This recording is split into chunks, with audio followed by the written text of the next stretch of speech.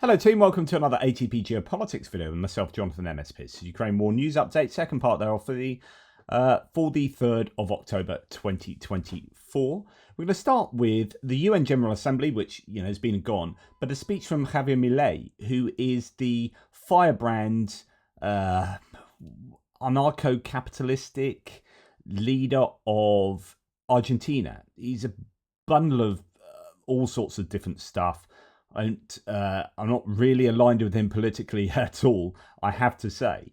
But he's a staunch supporter of Ukraine and, interestingly, Israel as well. And is trying to, I think, take Argentina away from its previous direction, which is more towards, I don't know, Brazil. Maybe there was talk about Brazil and Argentina creating their own currency for international trade and moving it towards the American sphere of influence. So he's cozying up much more to the US. Now, quote, we are today with an organization, the UN, that is powerless to provide solutions to real global conflicts such as the aberrant Russian invasion of Ukraine, which has already cost the lives of more than 300,000 people, leaving a trail of more than 1 million wounded in the process. An organisation that, instead of confronting these conflicts, invests time and effort in imposing on poor countries what, how, and what they should produce, with whom they should associate, what they should eat, and what they should believe in, as the present pact for the future intends to dictate. This long list of errors and contradictions has not been gratuitous, but has resulted in the loss of credibility of the United Nations in the eyes of the citizens of the free world and the denaturalization of its functions. Some issues I might take with in the middle there, but I think the idea that the UN has become somewhat powerless, I think is fairly obvious, and I think the UN Security Council is just fundamentally flawed. And it's interesting to see Milei stand up and so strongly criticize the UN from within, using the war in Ukraine as an example. Now, the new NATO leader, Mark Rutte, has said, quote, Ukraine is at the top of the list, but we also need to do more in terms of collective defense and deterrence, as I've said previously, invest more and close capability gaps and close capability gaps. We also need to build on the NATO partnerships which have been established over the years, including the Far East. These are all very important, but Ukraine is very much in our thoughts. So, yeah, saying that right at the top of the list is Ukraine. That is NATO's main concern, but there are other things as well, which I think are all actually connected to Ukraine, because it's all about the Russia, Iran, North Korea, China axis and what NATO is doing to position itself. So when you're talking about Far East, you have to see that in the context of what Russia is doing in Ukraine. So everything that he mentions there in terms of investment capability gaps, are each of those things are relevant to Ukraine, and Ukraine is relevant to those things. Now, the new French Prime Minister, Michel Barnier, as I mentioned, has pledged to continue supporting Ukraine. He stated, France, quote, France will continue to support the Ukrainian people who have been fighting and dying for their country's sovereignty and for the values we share for 2.5 years since the start of the Russian invasion. Absolutely. So good to see France is still maintaining their position.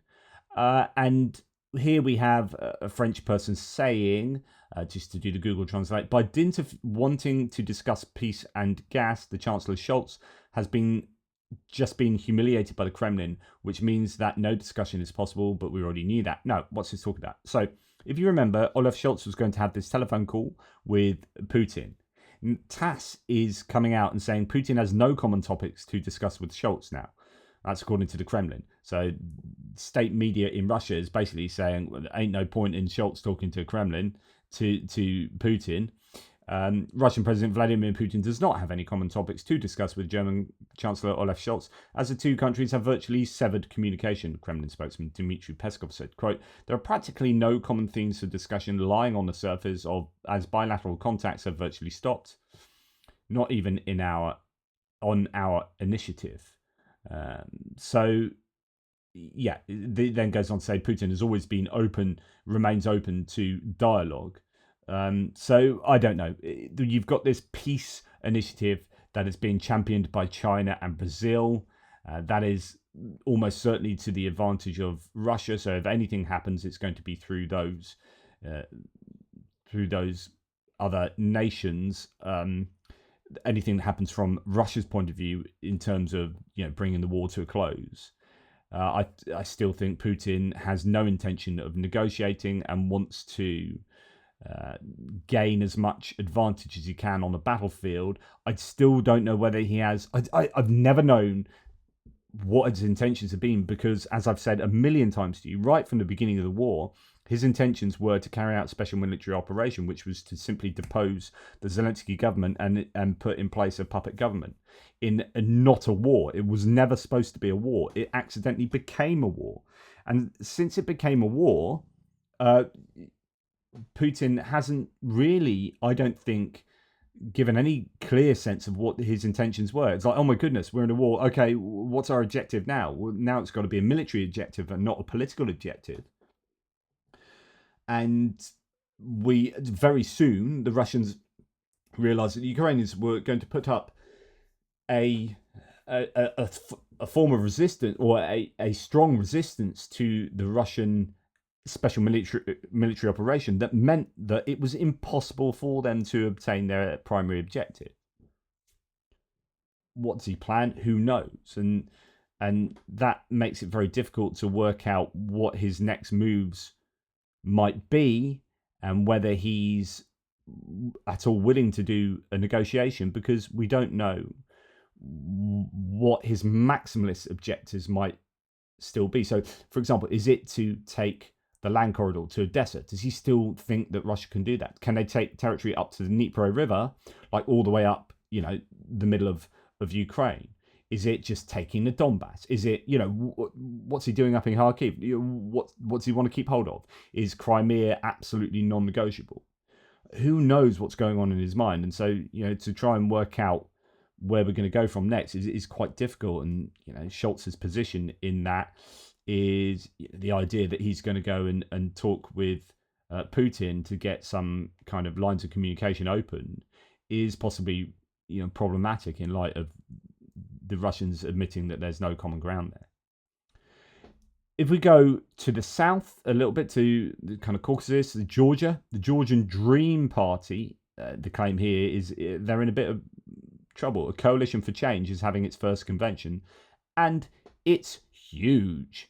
Right, just to let you know that the Georgian Dream Party tried to pass an anti-LGBT ruling yesterday, I think, or the day before, and the president, who's not the prime minister's got like that black sort of curlyish hair that's a bit longer than your normal politician, if you like. He's in charge of Georgian Dream. The president is a woman who is pro-EU and anti what Georgia Dream are trying to do, and she's vetoed that. But remember, with the foreign agents law, that was vetoed, but it eventually gets through anyway.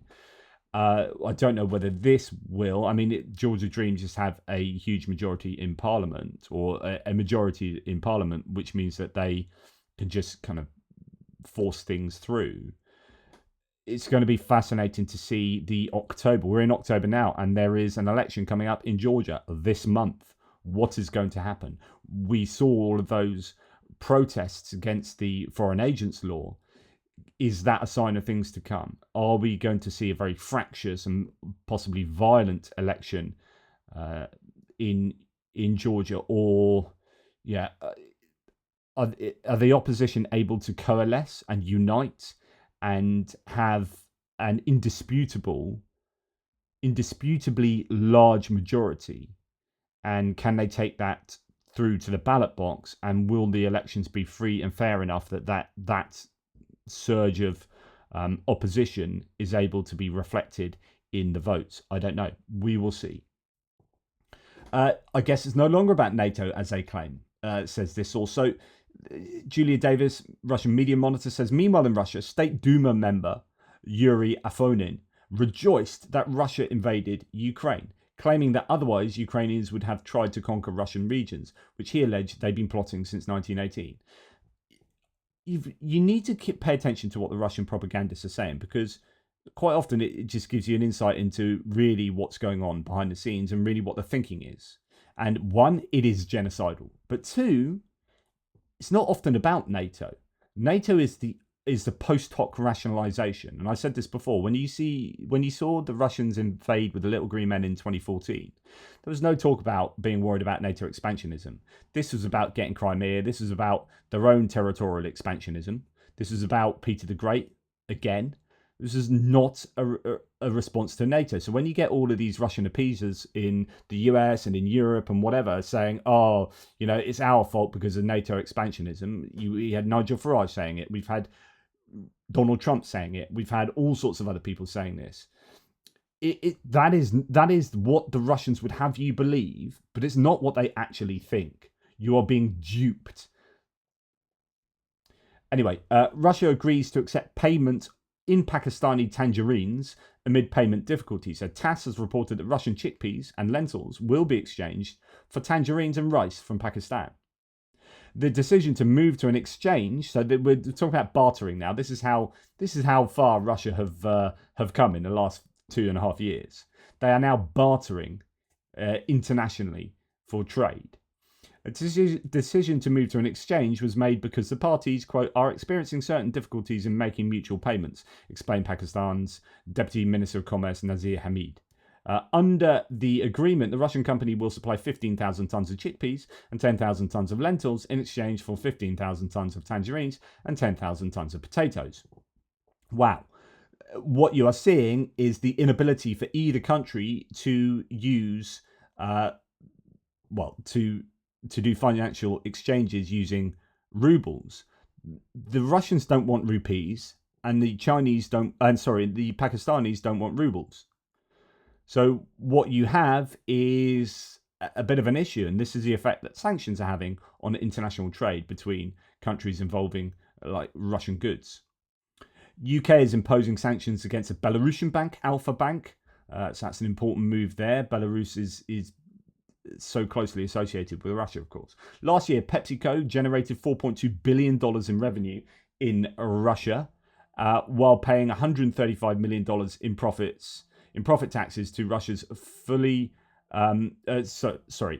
militarized economy.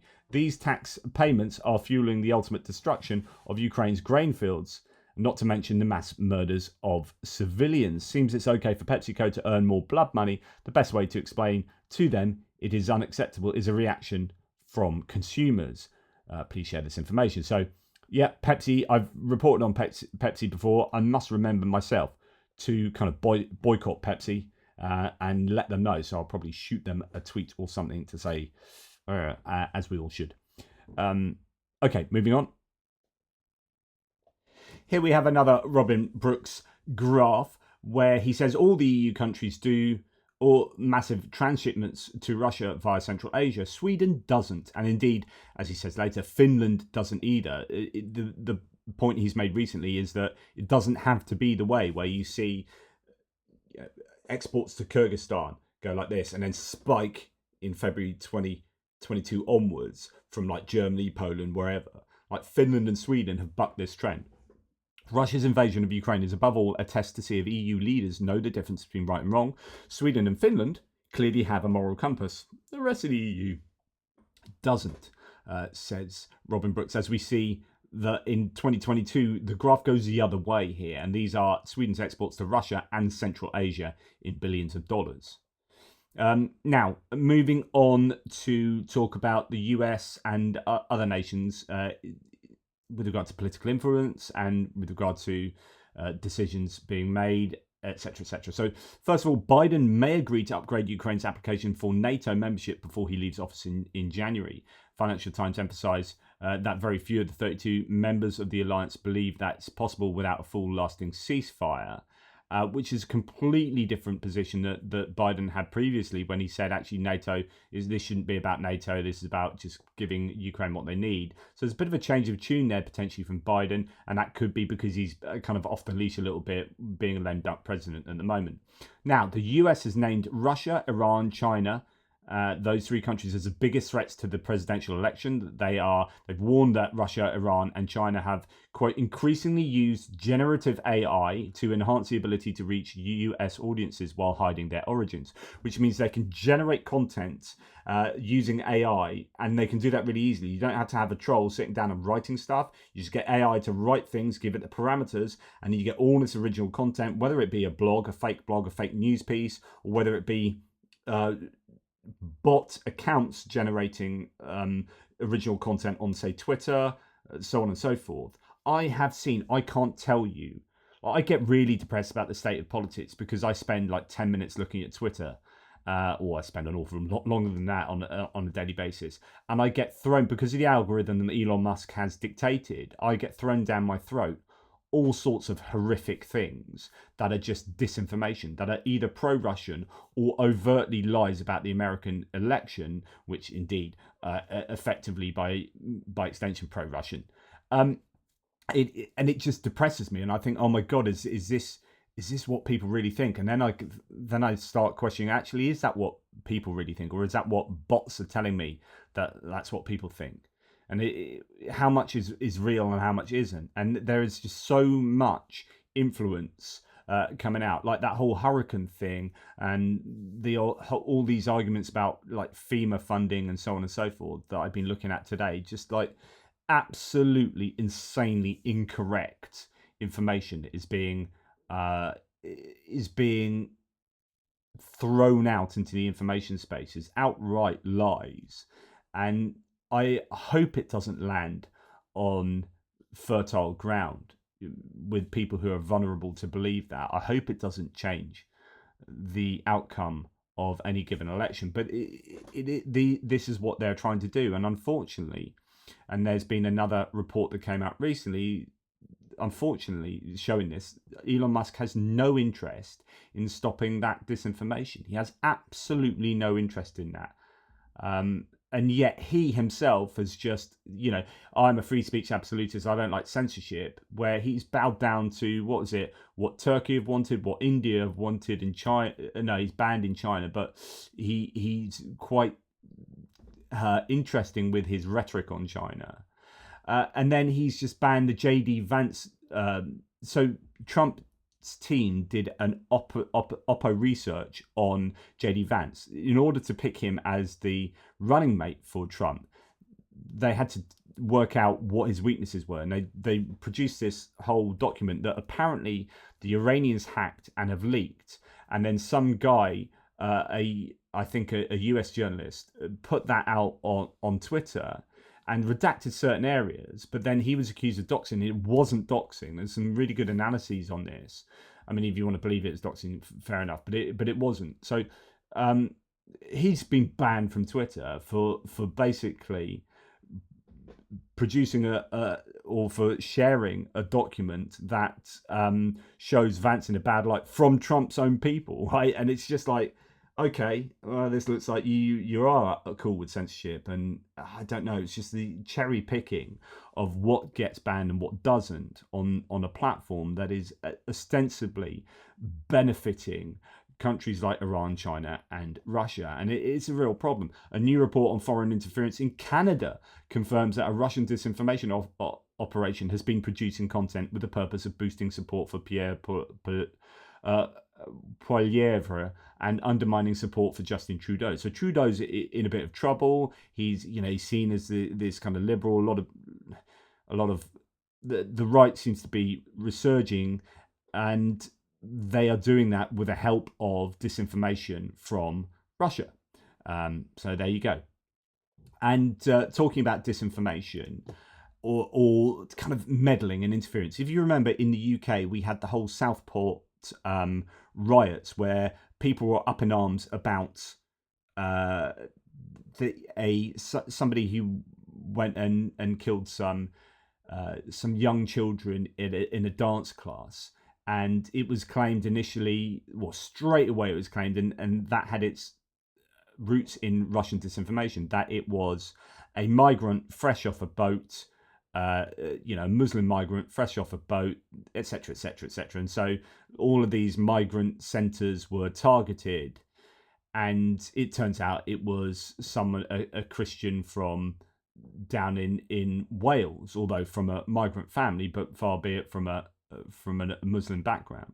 Anyway, point being is that was that whole set of riots involved a lot of manipulation from abroad and from Russia initially, but also from other players. And this is a fascinating BBC report where they have tracked down a neo-Nazi who was behind the Telegram account that fueled the Southport riots. And he actually is this Finnish guy, Charles Emmanuel Mikko Razanen. Interestingly, because he's a neo-Nazi, it's interesting that he's also, it looks like he's either a mixed race or he's a person of colour of some sort. Fascinating. But anyway, he's a neo-Nazi in Finland. But again, the part of this report includes a bit of Russian disinformation. Mr. AG. But we know his real name is Charles Emmanuel Mikko Razanen. He's 20 and he lives on the outskirts of Helsinki. And his Telegram account was instrumental in provoking the riots across the UK. We traced him here to this apartment block. This is it. Second floor. Razanen. It was from here, after the Southport killings, he became an administrator, a leader of this Telegram group called Southport Wake Up. It had nearly 14,000 members and was crucial to planning unrest across the UK. The first... In case you can't see it or you're listening, at the top of the pinned messages in this group chat, we love Hitler, right? Southport Wake Up. And this was mobilising the people, disaffected people in the UK, people in the far right in the UK, to go out and do these riots. As it says, enough is enough. Protests, Tuesday, 30th of July, 8 p.m, St Luke's Road, Southport. And here's a guy in Finland that's actually stoking this discontent. Protest in Southport was organised here. This poster was made. Followers joined together to discuss other locations. And later, a list of dozens of refugee centres to target was shared in the group. Alongside this, Mr. AG posted this manual titled Arson. He writes, "Something fun for you to read. Take care." We're not fully showing the manual, but it was originally made by Russian fascists and details how to avoid the police and target Muslims and Jews. So whether this is a part of a Russian disinformation project, I don't know, but there is Russian influence from fascists in Russia who are producing documents that this guy is sharing with British people to get them to, start fires, do arson. And as you can see, there was indeed arson involved in these protests and riots as a result of the Southport killings. And it's just, we've got to do a better job of fighting disinformation and fighting influence from abroad. And that is what these last few bits I've been talking about, from the US election to the Canadian election, and we're going to be talking about the Georgian election, all the elections that have taken place over the last few years across Europe.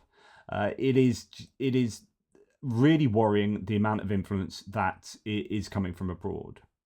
Now, talking about the US election, we had the vice presidential debate recently, which my analysis was pretty much a score draw. I think just from a debate point of view, JD Vance was slicker. Both of their popularities went up afterwards, their favourability ratings. Walls even more than JD Vance was interesting. This is an introduction to much of the population to some degree to JD Vance, but also to Tim Walz. And it was a bit of a score draw. I think Walz really failed to land some killer blows that should have been really easy for him to do on JD Vance. He didn't go hard on JD Vance, his real soft approach. And JD Vance himself went in soft too. He tried to be this amenable guy and it actually came across a lot better than he otherwise would have done. And so it was a bit of like meh. But real big thing happened at the end to do with January the 6th, and that's probably what it's going to be remembered for. That's already been turned into an advert. But anyway, what some people are saying is, and Adam Kinzinger here is saying, the moderators are not asking a question about Ukraine. Not doing that was unreal. The most important foreign policy issue in front of us, and they ignored it. And Bill Kristol, likewise, was absolutely damning of that. I think it's a shame and it was a problem. Although part of me thinks that if you have that as a question in a debate, you are going to make it even more partisan than it already is. And there is an element of just keep it out of the discussion so that aid to Ukraine can keep on taking place. But on the other hand, I think, well, JD Vance is the single biggest proponent of not giving aid to Ukraine in the Republican Party. And so actually he needs to be bloody well called out on it. But yeah, so most people seem to think it was a tie. Most of the polls I've seen shown it was a tie. Here, Ukraine Battle Map says Putin won tonight's vice presidential debate. Not a single question was asked about JD Vance to him about his stance on Russia and Ukraine, while his actions show him to be a Russian agent or at least a threat to the US national security. Neither were other important foreign policy questions asked.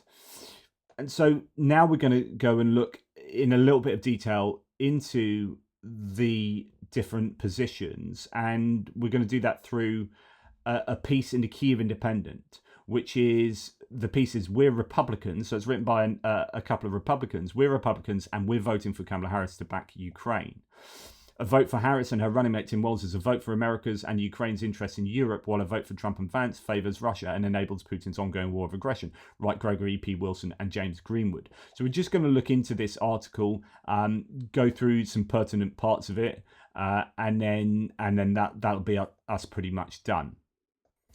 Okay, sorry, I had to pause the video for 2.5 hours while I went out for a meeting about my dad's Alzheimer's with Alzheimer's Society. So anyway, right, where were we?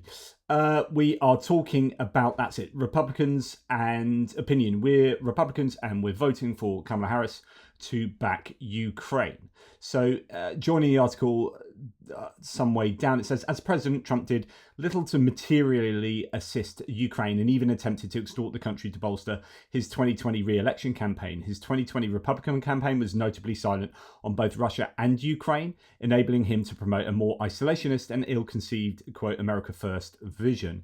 And I did a whole video on Trump and the Javelin thing. So if you want much more detail on exactly who gave Ukraine the assistance and why during the Trump administration, then check that out. And the TLDR is that a lot of Republicans say, well, look, it was he was the one that gave javelins. And in fact, Trump has said this himself. And actually, really, he wasn't. So Congress approved that. And it was people like John McCain who got the javelins, who moved it up to offensive weapons to give to Ukraine, and then he withheld that aid and did not give the javelins because he was waiting for Zelensky to give dirt on Biden. That never happened. It was controversial, and eventually that aid went to Ukraine, but he tried to stop it and he did delay it. So he wasn't the one that came up with the idea to give extra equipment to Ukraine. That was the congressional decision. Anyway, Vance, a staunch opponent of military and economic aid to Ukraine, earlier this year he publicly opposed legislation aimed at seizing Russian sovereign assets in the US to aid Ukraine and shield American taxpayers from the immense damage caused by Russia. He was publicly opposed to the use of frozen Russian assets. I mean, it tells you everything you need to know, and yet people still seem to think that that ticket is going to be better for Ukraine. As a former US Treasury Department official during the Reagan and George H.W. Bush administrations, and as a Republican congressman who represented Pennsylvania for 12 years, so that's who both these people are, we believe that seizing Russian overseas assets to help Ukraine would have been a priority for both former Republican presidents. Vance, however, thinks otherwise. Historically, Trump has opposed the continued existence of NATO, the cornerstone of US and European security since the Cold War. On the same day that NATO convened in Washington this year, a Russian cruise missile destroyed the Okhmadit Children's Hospital in Kyiv, prompting Trump to reiterate that he would not necessarily defend a NATO ally under Russian attack. So at that moment that a missile destroyed a children's hospital, he was against NATO, effectively. His authoritarian stance has effectively given Putin a green light to act with impunity in Europe against NATO members. While US President Joe Biden recently met with Zelensky, Trump welcomed Hungary's authoritarian Prime Minister Viktor Orban to Mar-a-Lago. So remember who is meeting with who is hanging out with who. You've got an isolationist ticket that has openly advocated for stopping aid to Ukraine. That's Vance has openly said that. Trump has been somewhat vague, but generally been anti. He's in rallies. He's taken the mickey out of Zelensky. Says that every time he comes to, he's the best salesman in the world. Every time he comes to the US, he extorts $60 billion from the US Treasury type thing. While on the other hand, Joe Biden and Kamala Harris have been meeting with Zelensky saying, we will support you until you prevail, until you win this war. You've never heard that. You've never heard that rhetoric from the Trump-Vance ticket. Meanwhile, Trump is meeting, and in the debate said, one guy that supports me the most is Viktor Orban. He's a dictator wannabe from Europe who is well and truly in the sphere of influence of Russia. Like, we excoriate Viktor Orban on this channel consistently, and that is Trump's best mate in the diplomatic circuits. So in stark contrast to Trump's policies, this article continues, the Biden-Harris administration acted swiftly to mobilize NATO to support Ukraine following Russia's full-scale invasion in 2022.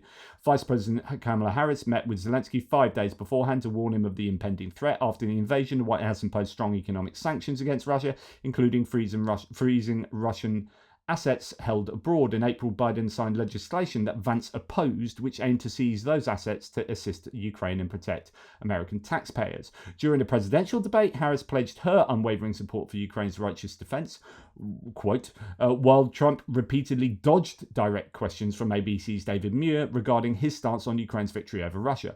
And remember, he was asked directly, do you want, and not for the first time, he's previously been asked this directly, do you want Ukraine to win? And he will not answer that question.